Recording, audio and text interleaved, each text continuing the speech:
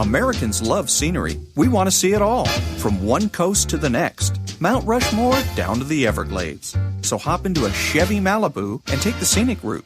It's the car you knew America could build. There's a place where people count on friendships they can trace back generations, where they can count on the same stool at the coffee shop waiting for them every morning. This place is called Glen Ellen, and you can find it in every bottle of Glen Ellen wine. This is craft brewed Herman Joseph's, the smoothest, easiest drinking specialty beer in the entire solar system. And I believe you'll find drinkable in the dictionary right after don't order a beer you can't drink. Zoingo! Boingo! The freestyle pogo with more boing, more bounce. Bounce further, bounce higher with Zoingo Boingo. To see what makes Arrowhead Mountain Spring water different from those other waters, you have to go back to the source. And with Arrowhead, that means going back a little farther and longer than most. Between security challenged and security strengthened, there's one important word: how. And it is the how that makes all the difference to our nation and our world. Lockheed Martin. We never forget who we're working for. What makes Kraft Singles so good? 2 out of every 3 kids don't get the recommended amount of calcium. But with Kraft Singles, they get a good source of calcium and the taste they love. Kraft Singles. Magic every single time. Throw boring overboard with a new real meal from Long John Silver's. A meal worthy of a plate, just $4.99. Only at Long John Silver's. We may not all be geniuses, but we can all do something smart. Introducing the Hyundai 199 Sonata Lease. It's a smart deal on a really smart car.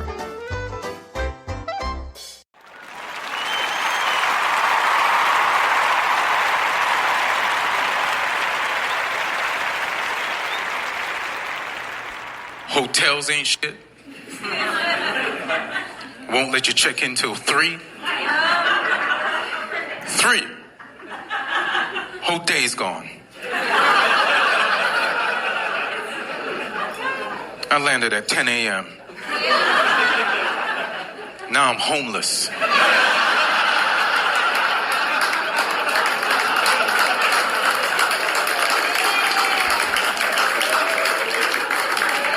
You ever ask them for early check-in? They're like, sorry, sir, we're cleaning all the rooms. Really? That's weird. Because when I'm asleep at 6 a.m., some maid busts in.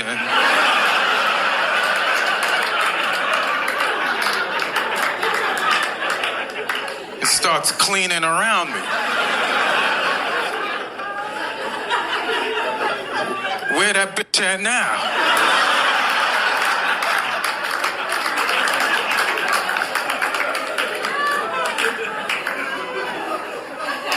She only starts working after I checked in? Is that what's going on? You ever ask them for late checkout? They're like, we can give it to you, but you gotta pay. Pay? You owe me 5 hours from yesterday. Roll that shit over, motherfucker. When I started doing comedy, you used to be able to check in at 11. Then they moved it up to 12, and now it's 3 and 4. Soon you won't be able to check in the day you booked a room for. Sorry, sir, but you got to come back tomorrow. Yeah, we know you booked it for today. But come back tomorrow. And make sure you buy a bed.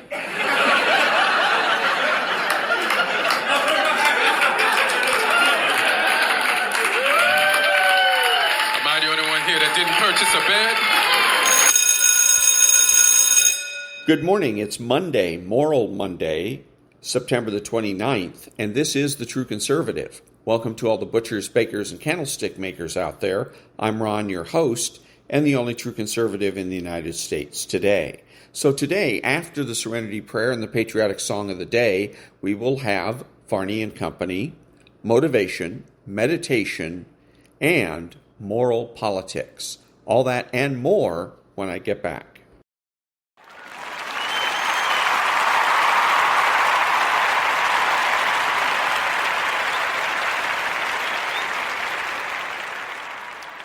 God, grant me the serenity to accept the things I should not change, the courage to change the things I should, and the wisdom to know the difference. Amen.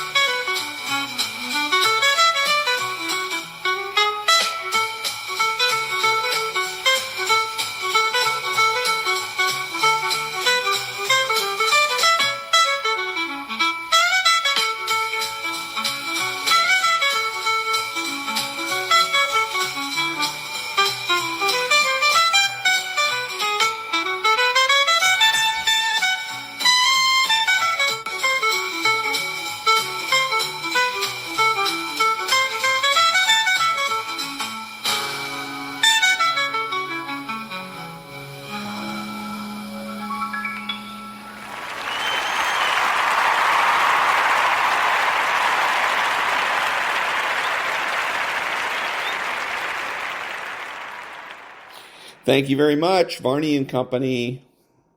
Watching that 2 o'clock meeting with congressional leadership at the White House. Liz Peek, Gregory Farinello, great to be with you. I'll see you tomorrow, everybody. Thanks for being here. Varney and Company picks it up. Stu, take it away. Hey, good morning, Maria. Good morning, everyone. It is a jam-packed day in politics and money. Look at this. Eric Adams drops out of the mayor's race in New York City. It is now a contest between socialist Zoran Mamdani, Andrew Cuomo, and Republican Curtis Sliwa. Mamdani is the clear leader, and he's got a new policy. A $100 million taxpayer-funded program to defend illegals against deportation. The president has a big day. Well, they're all big days, aren't they? This morning, he meets Israel's Prime Minister Netanyahu at the White House. They will discuss America's plan to end the war in Gaza. This afternoon, he meets congressional leaders from both sides of the aisle. On the agenda, a government shutdown. The Democrats want more spending. The president threatens mass firings from government departments if the shutdown goes forward. That doesn't seem to be affecting the markets. That's a possible shutdown, not an effective item today. The markets are in a buying mood, reversing last week's declines. Look at that, green.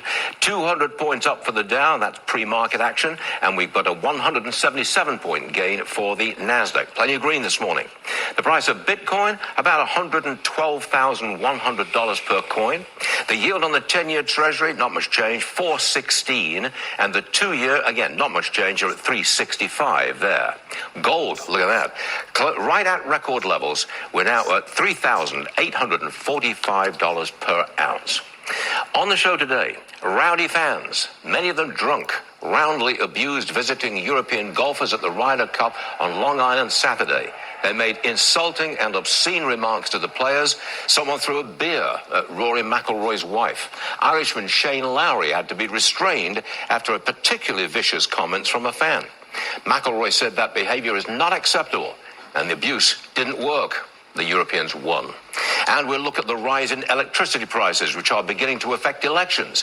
In New Jersey, anti-green Republican Jack Ciattarelli has drawn even with Democrat Mikey Sherrill in the gubernatorial race. Remarkable in a deep blue state like New Jersey. In California, the climate champion Gavin Newsom has just signed legislation inviting oil drillers back to the state. Monday, September 29th, 2025, Varney and Company is about to begin. So there he is, good old Stu. Look, as far as the PGA or the Ryder Cup is concerned, I see this coming a long time ago. This started with John Daly. John Daly's a fucking drunk, and he represents all the rowdies on the tour. When he came on the scene, that's when you started hearing "You the man" and "Get in the hole."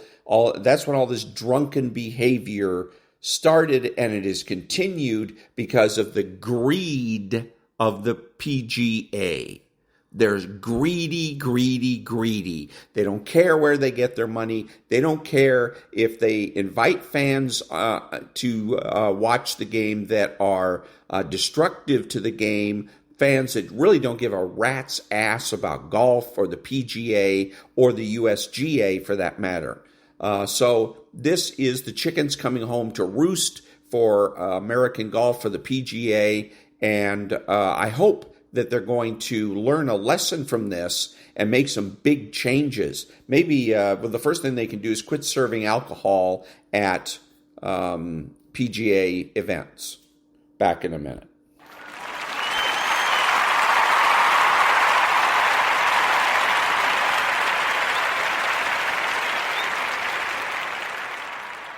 Thank you. And I just wanted to say to my listeners in Australia, congratulations to the Brisbane Lions for winning the grand final of the Australian Football League.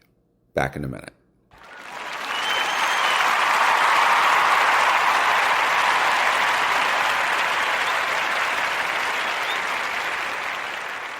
Thank you. Now Maria Bartiromo, she's doing a little interview here with somebody from the Judiciary Committee, and they get it right. Meta did their mea culpa, a year or two ago? Something like that. Now Google is doing theirs. That is real progress to hopefully end the era of censorship in the United States. But how do we know that another administration, if it's a Democrat administration, is not going to pressure these companies to remove conservatives again? That certainly could happen. You have another Democrat administration, they may choose to do that. That's why we need to message this on a regular basis, and it's why Judiciary has put these has put information out about Meta, Google, and all the other things that are happening out there on the censorship front, because we want this to burn into the American people's psyche that this was a horrible era for the protection of the First Amendment in America. It should never happen again. You're right. All right, Congressman, we'll be watching your work and the governor's race. Thank you. Tom Tiffany joining us. Okay, there you go. One of the most important things she said was at the end there, she says, "You're right." She uses the R word. And most people today are afraid to use the R word or the W word. It's a statement of certainty. And so they're afraid to say you're right. And instead what they do is they say, "I agree." That's a weaselly way out. But she was had the courage, bold enough to say, "You're right." Very good for Maria Bartiromo. Keep it up. Back in a minute.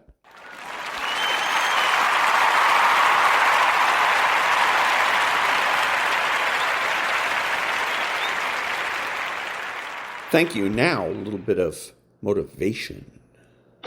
Some people want it to happen. Some wish it would happen.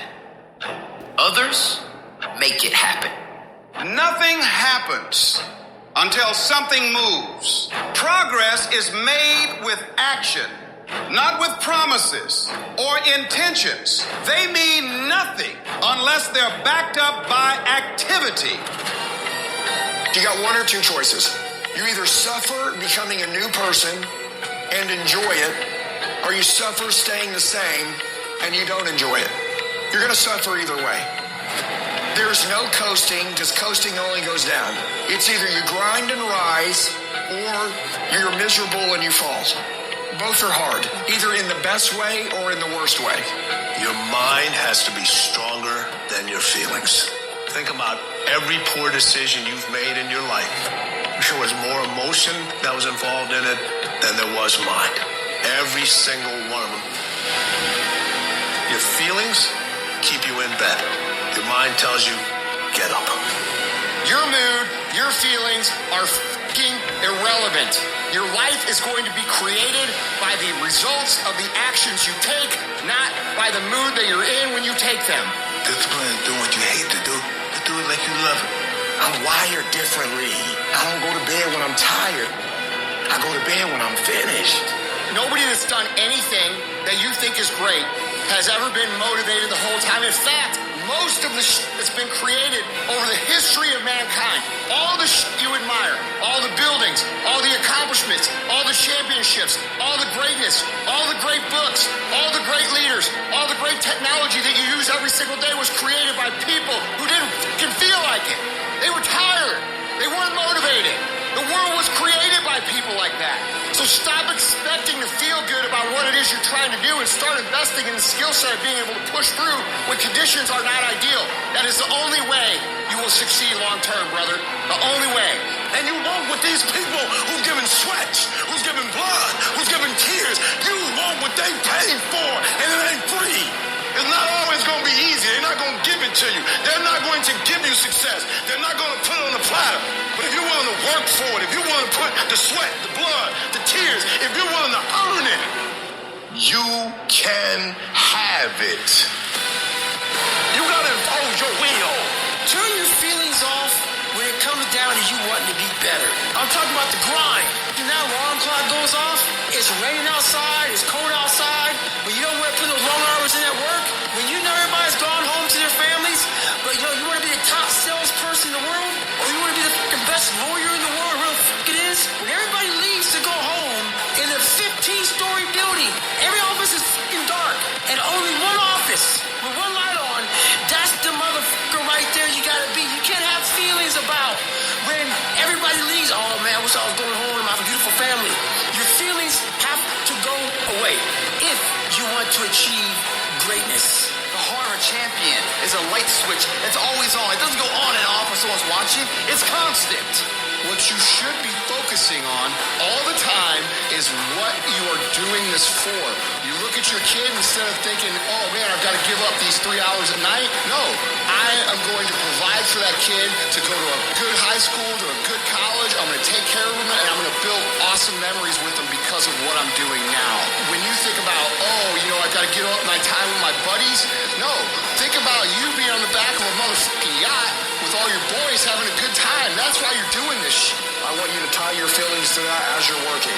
So when you feel like slowing down, I want you to remember what you're after. You got to stay focused on what it is you are gaining, not what you are giving up. It costs a lot. You're going to trade a whole lot of your life. You're going to trade important things in your life to have that fucking life. It takes major fucking payment from your life to build important, great, big things that benefit other people. You're going to have to do a lot of shit you don't want to do to get where you want to go. That is how it works. There is no hack. There's no program. There's no $997 a month AI hack that's going to get you there. You got to build it within yourself. And once you build yourself into that kind of weapon, now you have an advantage over everybody else because everybody else is just like you. They quit when they don't fucking feel like it. And if you become the person who cannot quit no matter what, no matter how they feel their shit gets done, you cannot be stopped. How can you stop someone that gets their shit done regardless of what's going on in their life? You cannot stop that person. If you want to become that kind of person, which is required to build big, important, great things, you're going to have to learn to execute when you don't fucking feel like it. And that was a little bit of motivation. Back in a minute.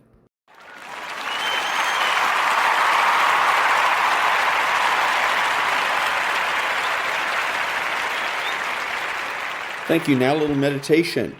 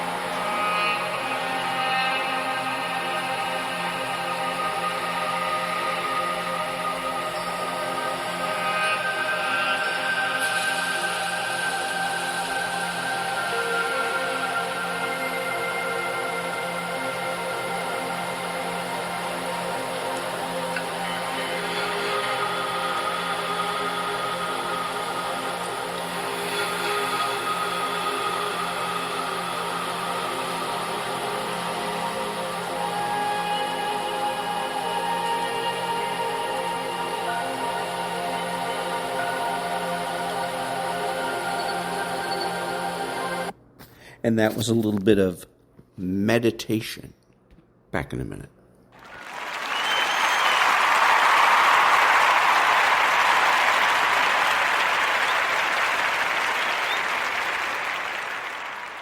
Thank you. About the drone incursions, the Russian drone incursions in Europe, it baffles me. I don't get it. I really don't understand it.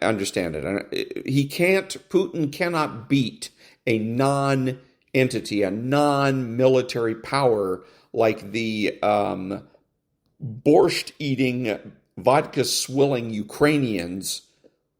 And so his answer is to violate the airspace of NATO members like Poland and now Denmark? To what end? I don't know. I have no idea. I guess I'll just have to sit and wait and see what happens. Back in a minute.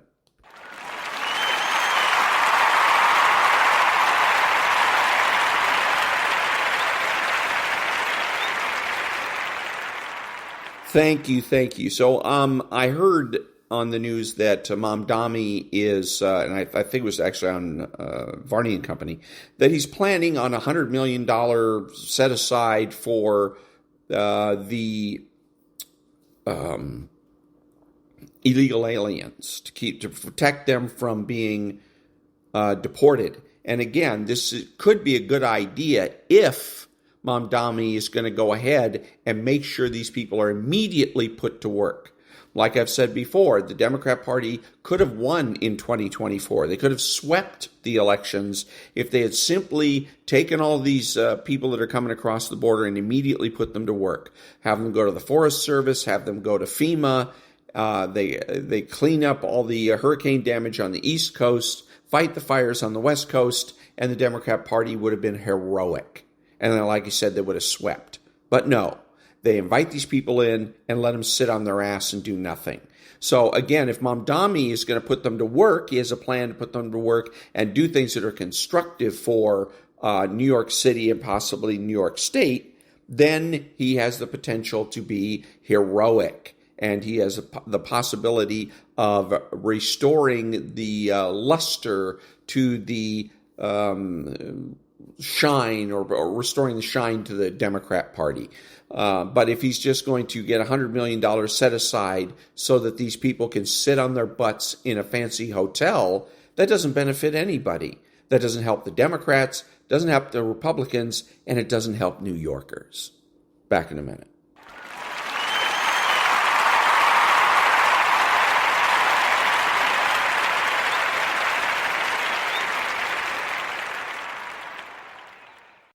Thank you. And another thing about the Mamdani situation with where he's spending $100 million on illegal aliens. If you're a rank-and-file Democrat, this should bother you. As a rank-and-file Democrat, you want certain things. You have a wish list. You want single-payer health care. You want to see the planet survive past 2035. You want to mitigate the damages of carbon dioxide. You want to see the homeless housed. So why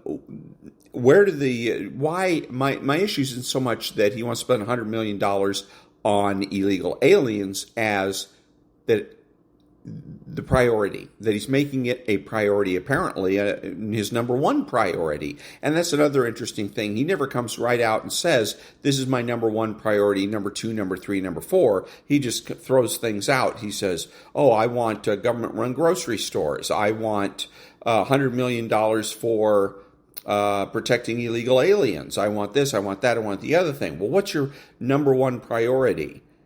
At this particular point, it seems like it's the illegal aliens. Well, what about, again, single-payer health care? All of these things that Democrats want cost money. And $100 million for illegal aliens is $100 million that cannot be spent on single-payer health care. It's $100 million that cannot be spent on mitigating the damages of carbon dioxide. It's $100 million that cannot be spent on the homeless. So if I'm a Democrat, I got to be wondering why is his priority the illegal aliens? Back in a minute.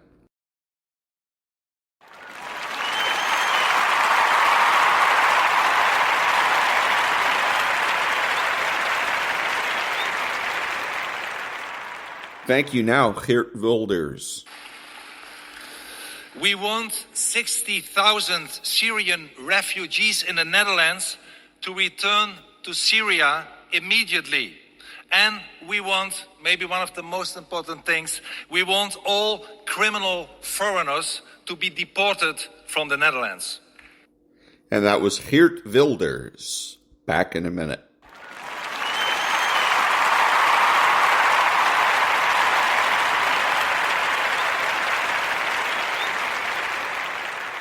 Thank you. And now, Jimmy Failla.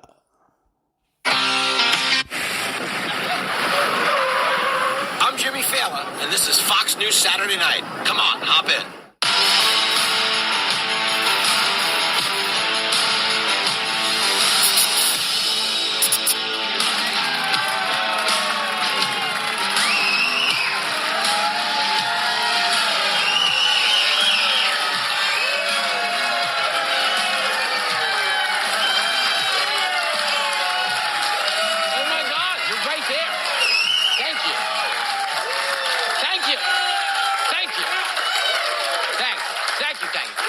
For coming out.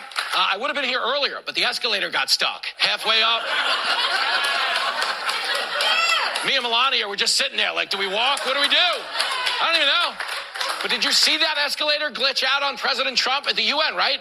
We actually tried to book that guy tonight, but apparently they've already shipped him to Guantanamo Bay, so we can't.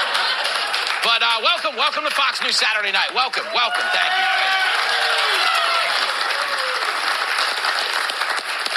Got a hot show with some badass women. Check it out. Fox and Friends superstar Carly Shimkus in the house. That's a big deal. The unstoppable Katie Pavlich. Hot damn. Personal note, I love both of them because they're brilliant and they're old-fashioned women, meaning no penises. And, that whole thing. Stop it. Comedian Charles McBee is here. He's always great on the show. And let me just say this. I don't like to put people in boxes. But for my money, when you talk about the best black comics, it really is Charles McBee and Joy Reid. I mean, straight up. Stop it. And hold on to the roof. One more guest, Fox News multimedia matinee idol, Guy Benson, making his debut on our live audience show. You gotta wish me luck with that one, because Guy Benson is used to doing prestigious shows, like special reports. To be honest, this show's more like special ed, you know? I'm not fooling anybody here. Now, as you heard, the United Nations General Assembly came to New York City this week. For those of you who are not familiar, the UN General Assembly is where the most powerful men in the world get together to bond over the one thing they all have in common, which is Epstein Island. And stop it, Jimmy. Stop it right now. But it's a super stressful time because the United Nations, legitimately, does cause the worst traffic jams of the year in New York City. The only thing that even comes close is when all the white people are trying to flee before the Puerto Rican Day Parade. That's it. It's not racist if it's a true story, folks. It's the most ironic thing about the Puerto Rican Day Parade is that every road out of town is flooded with cars that have coexist bumper stickers on the back.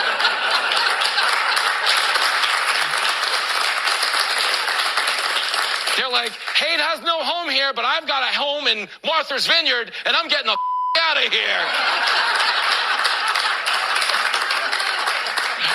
But I bring up the traffic because things got so bad this year that French President Emmanuel Macron had to get out of his limo and walk to his embassy after the streets got shut down for President Trump. That's a real thing. And what's funny about the video I'm about to show you is every driver in the history of this city who pulls up to a street closure argues with the cop to get through. Look, hey, buddy, let me through. You know what I mean? But Macron did the most typical thing a French president could do at a time of conflict, which was surrender immediately. Surrender right away. This video, it is amazing. Watch this video. I have 10 people with me. I go to the French embassy. I know. I'm sorry, President. I'm really sorry. It's just that everything's in frozen right now. There's a border keep coming right. That's why. I'm sorry. If you don't see it, let me cross. God, I love the NYPD so much, by the way. They're the best. The cop says, hold on. The cop says, okay, I'm sorry, Mr. President, but everything's closed right now. Macron says, let me go. And he goes, no. And that's it. This is like a real slap in the face to a world leader. Luckily, Macron is used to getting slapped in the face by his wife. Do you remember this video? Watch it again. Watch the hand. Bang! Right in the face. Look at that. But watch, he waves. I love how he tries to play it off. He goes like, oh, bonjour. You know, look at the hand. Oh. Like, dude. Have some self-respect. You're the president of France. You look like you just flew in on a Legion Airlines, you know? But to Macron's credit, he literally tried to play a Trump card and called up Trump. Watch the rest of this. How are you? Guess what? I'm waiting the street because everything is frozen for you. Yo, my favorite part of the video is if you listen closely, you can actually hear Trump call him a You can... But hold on, stop it. But yes, Macron, he did. He walked the last few blocks to the embassy. The worst part is that at one point, Macron got heckled by a guy in a beat-up 81 Toyota Corolla with one headlight and two missing hubcaps, which is crazy story, but it was nice to see the president of Venezuela again. It was nice to see. Jimmy. Come on, Jimmy. Stop it.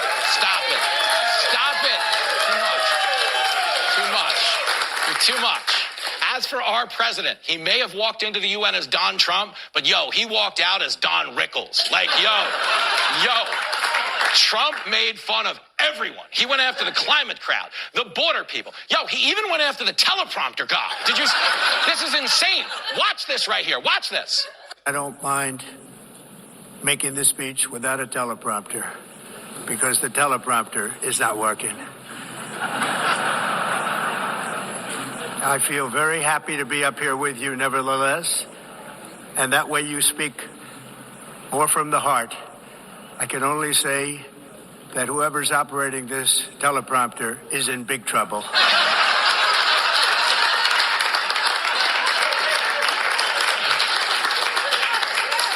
But do you notice how Trump does not get nervous at all when the prompter breaks? Because he's got a good buddy who works in tech support.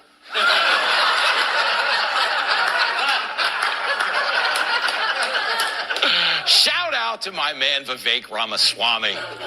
He can take a joke. He's a Republican. He doesn't care, you know. He just doesn't want you to confuse him with Zoran Mamdani, who we know. All right, that's enough. It's not a rally. Zoran Mamdani, or as we call him, Vivek Ramakami, okay? And listen, all I can tell you is they're honestly not sure why the guy operating the teleprompter was so screwed up. All we know for sure is that his mom took a lot of Tylenol when she was pregnant. I'm kidding. Stop it. That is not true. Stop it, Jimmy. But you saw that story. For my money, that is the wildest food fight of the week in news. Like, we'll get to the UK with Katie Pavlich in a little bit, because let's face it, I'm no expert on the UN, and I don't know anything about the Middle East. Although, oddly enough, as a former New York City cab driver, I do know half of the guys in Hamas, which is weird.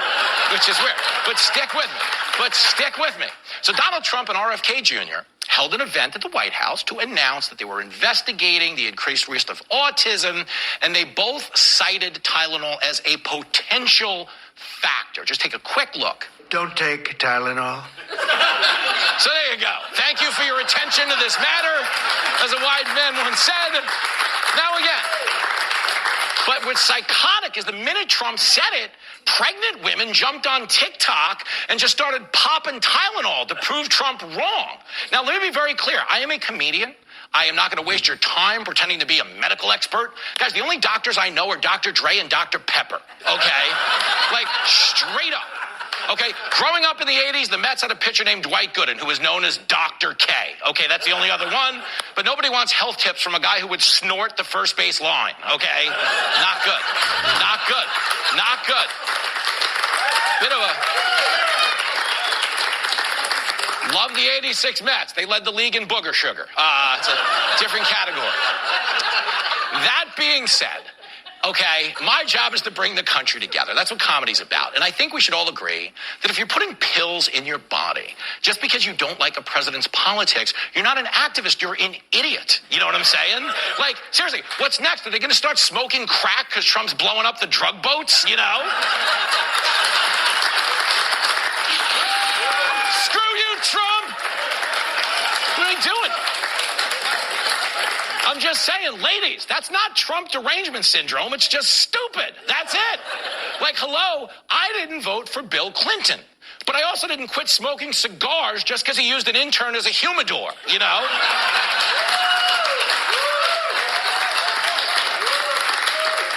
Good God, this is a spicy show tonight, Jimmy. It's your fault. Okay. Of course, Trump being Trump, Tylenol was not the only drug he weighed in on. Watch this. A shot of like an Ozempic or I call it the fat pill or the fat drug. Sometimes it works, I guess, for people. The ones I've seen, it hasn't worked so well. I got a lot of friends that are fat. They said, yeah, I lost some weight. I said, you don't look it to me. Yeah, it's insane. Like, listen, I think he's hysterical, and I love that he does this, but let's not pretend it's normal, okay? Like, no other president told fat jokes when he was, like, meeting with people. You never heard George Washington say, John Adams looks like he's drinking too much Sam Adams. Look at the beer gut on that guy, am I right? Yeah, he really puts the ham in Hamilton, am I right? He's nuts. He's nuts. Come on. But I love that Trump tells jokes because you have to take the edge off when there's just so much negativity in our politics. Like, we had this awful attack on an ICE center in Dallas this week, and Hillary Clinton jumped right in to say the problem in America is white men. White men. Now, apparently, nobody told that to her vice presidential running mate that she chose, a white man. And again, I'm not here to make fun of Tim Kaine because I look like I get paid in Raising Canes, okay?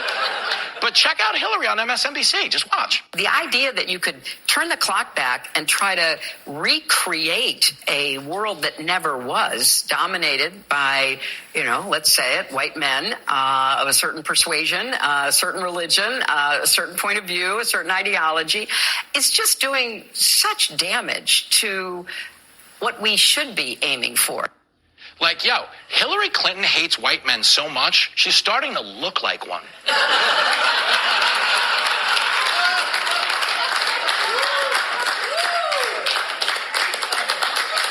And it's not fair to compare Hillary Clinton to Gary Busey. One looks like a homicidal lunatic. The other is Gary Busey, Stop it. Heyo. Stop it. But seriously, though, hold on. You don't need to compare Hillary to a man to realize my theory is right. Check out this picture of Hillary the morning after she lost the 2016 election. Stop it, Jimmy. That's Iggy Pop. You stop it right now. But it was a rough week for Hillary. Turns out her old buddy from the Russia collusion days, James Comey, got indicted on multiple counts of perjury for allegedly lying under oath. The worst part for Comey is that he heard about it from reading some seashells on the beach. Stop. So silly. But Hillary and Comey were not the only people to resurface from a past election because Kamala Harris was all over TV plugging her new book this week. She was everywhere. Now listen, I know we got some Fox News viewers watching around the country who aren't the biggest Kamala fans in the world. Okay, but I've said this before. It's a very historic memoir because Kamala's book is the first book to begin in chapter 11, which is... Boom! Stop it.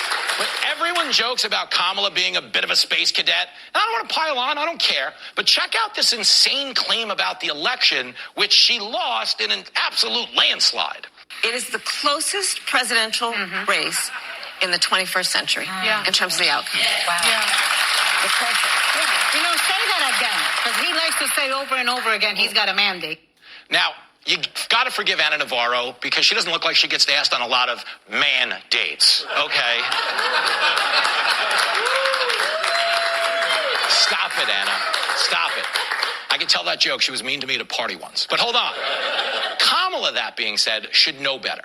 And I think President Trump summed it up the best, posting, quote, Kamala Harris, who is dumb as a rock, is going around using as a standard part of her speech on why she lost the election that 2024 was the closest presidential election in the 21st century. Everyone knows this is a lie and was covered as such by Fox News. I won the Electoral College 312 to 226, a landslide. Counties nationwide 2,600 to 525, a landslide. All 7 swing states, a landslide. Folks, this post goes on for 2 more pages with the last quote being, landslide, you lying day drunk. Stop it. That's obviously not true, but knowing Trump's Twitter account, would you be shocked if it was? No. Of course, Trump and Kamala had big issues on the border. That's what they fought over a lot. But if there was any doubt about who won that debate, the Department of Homeland Security posted a Pokemon Go video this week on deportations saying, gotta catch them all. Look at this. This is insane. That's the Pokemon. He throws the ball. Here comes the trading cards. Like, holy hell, that is a Pokemon ice raid right there. And again, it's very entertaining stuff, but it is not normal for a presidential administration to just randomly post jokes out of nowhere. Like, you never saw JFK walk into a bathroom and randomly write on the wall for a good time call Marilyn Monroe, you know? But oddly enough, his brother Bobby did call her. You know what I mean? Get over here. You know what I mean?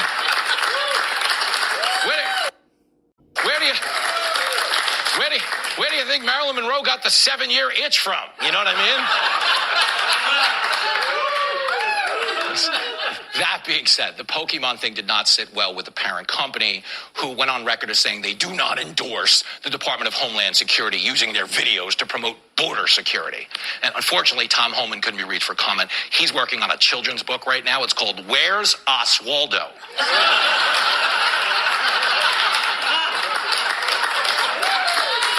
Too much. Applaud that. Of course, there was no bigger entertainment story this summer than the Coldplay Kiss Cam saga. You guys remember when the couple got caught on camera, right?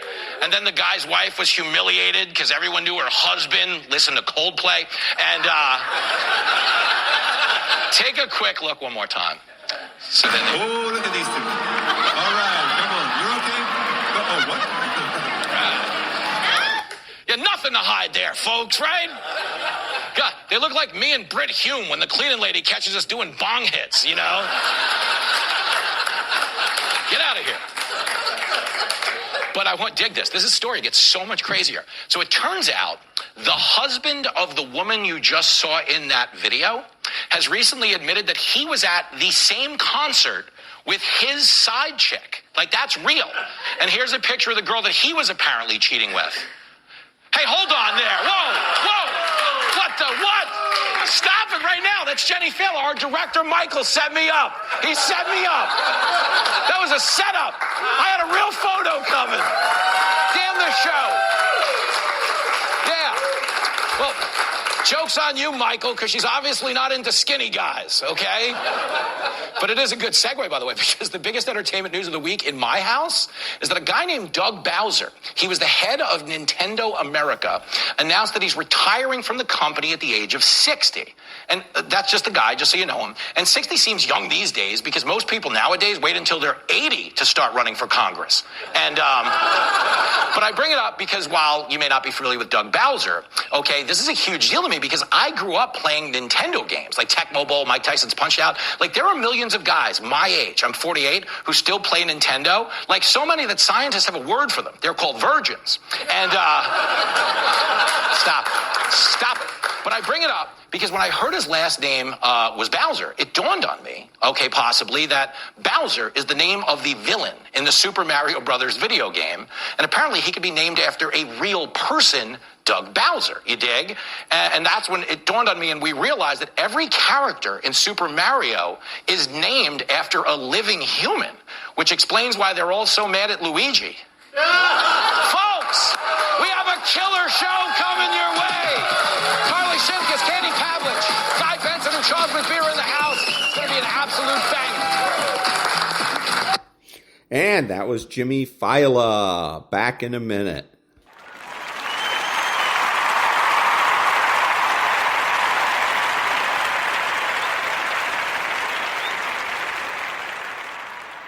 Thank you. And now, moral politics.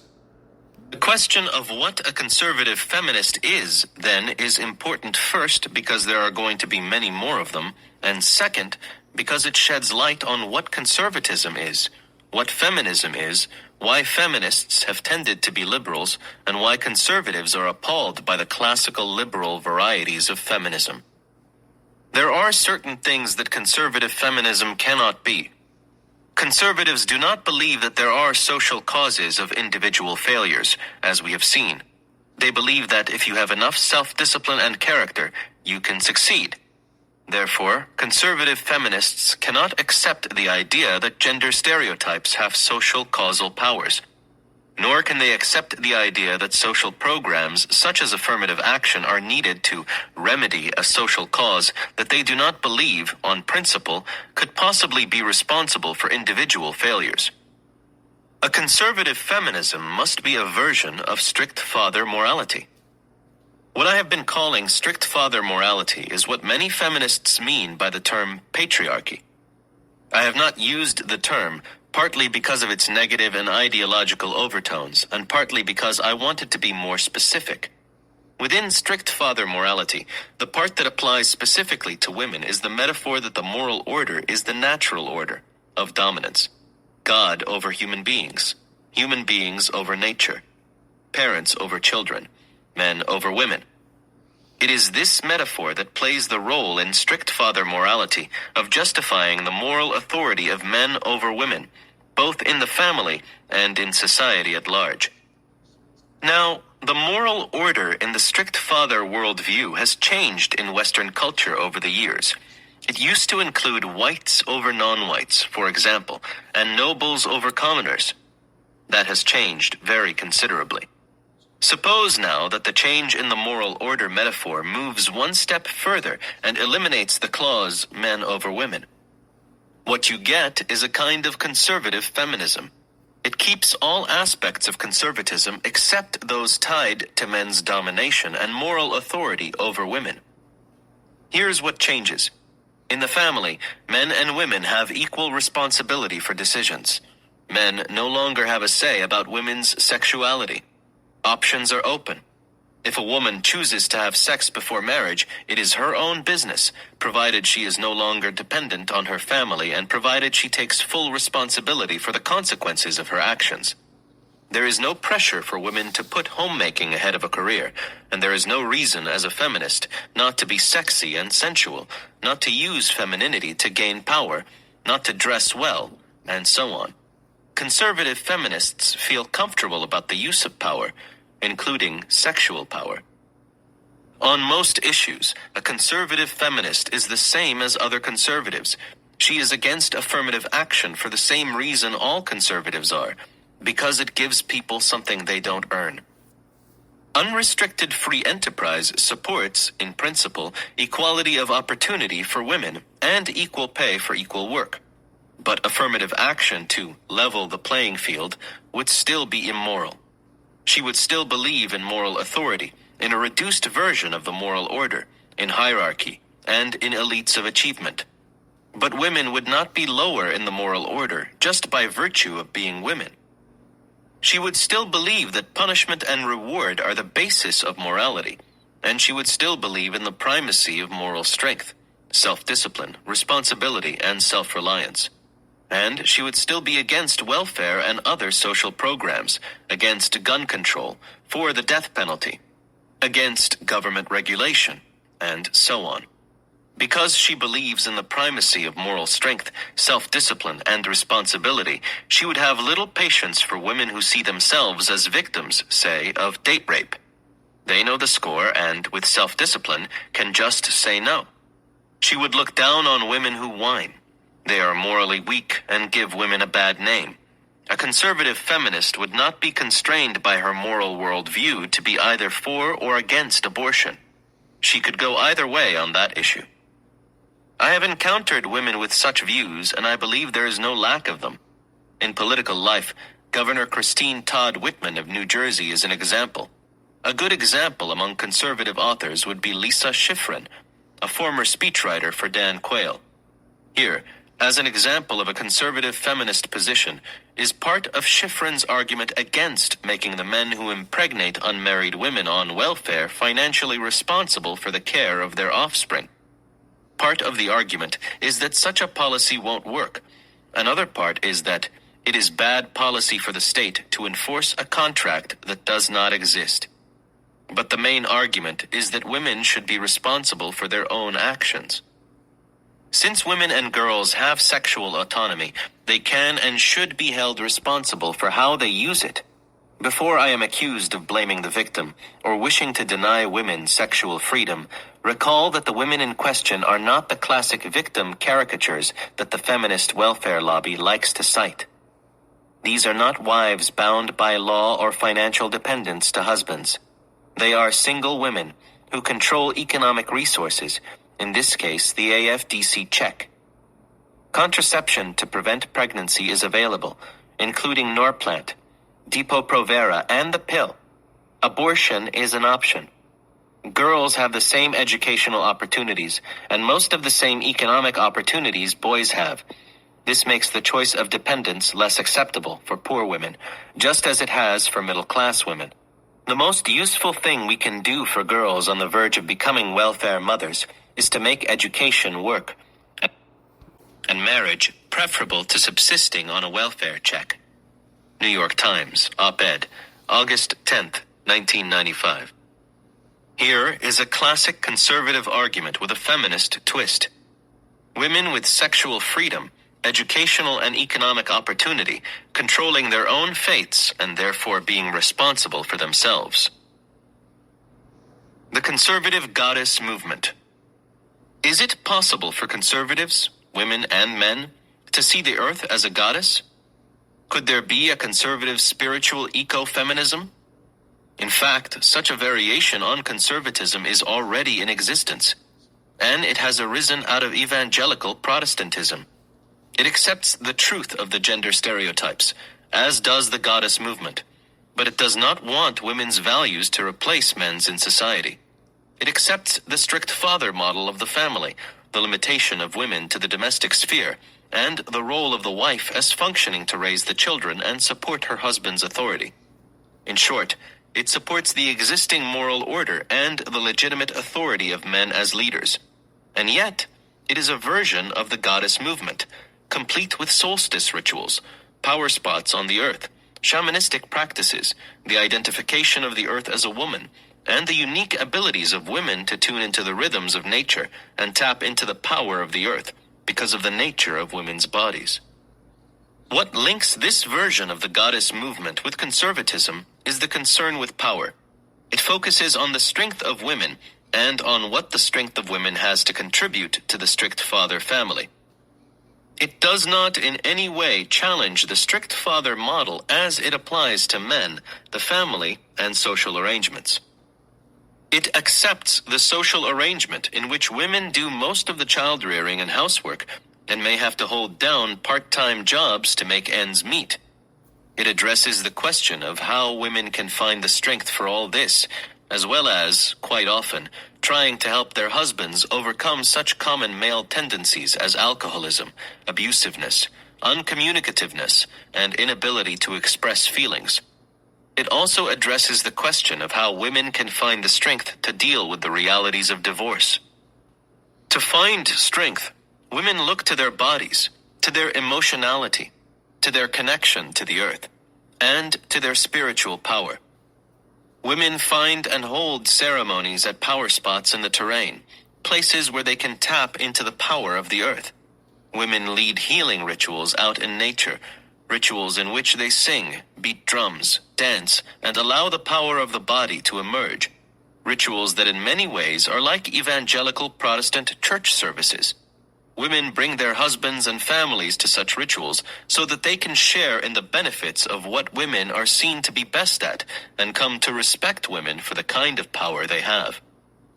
All of this can fit quite nicely with most of conservative politics and strict father morality. It says women should find the spiritual strength to be as self-reliant as possible.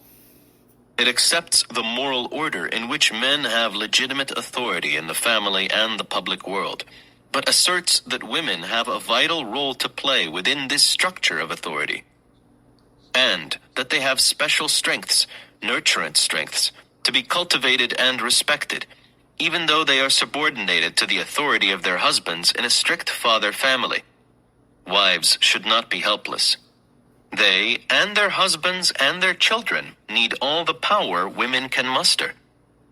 Women in the conservative goddess movement are conservatives. The earth as a source of power is seen as a resource, both physical and spiritual, for human beings. They do not support liberal ecological ideas such as self-sustainability and environmental protection. They do not support affirmative action. They do not believe that nurturant parent morality should apply to the world. They are conservative women and want respect for being conservative women. The study of varieties of feminism further confirms the overall theme of this book, that nurturant parent and strict father models underlie liberalism and conservatism. Conservative forms of feminism may be feminist in various ways, in promoting the idea that women are, or should be, free, strong, competent, responsible for themselves, and deserving of equal opportunity. But conservative forms of feminism do not bring with them nurturant parent morality. Theoretically, the study of varieties of feminism confirms what the study of varieties of liberalism and conservatism confirms, that radial categories are natural, and that they arise spontaneously because of natural parameters of variation. Summary. Liberal and conservative are not just political categories. They are categories whose central members are defined by family-based moral systems that are projected by the nation as family metaphor onto the domain of politics. The categories are then extended in the way categories usually are, by variations on the central models that define non-central subcategories. The parameters of variation include 1. Linear scales. 2. The pragmatic idealistic dimension. 3. Moral focus. And 4. Moral order variation. The nature of such variations is just what research in cognitive science would lead one to expect. The nature of variations within each model reflects the structure of the model. And that was the end of Chapter 17 from Moral Politics, How Liberals and Conservatives Think by George Lakoff. Next week, Chapter 18. Back in a minute.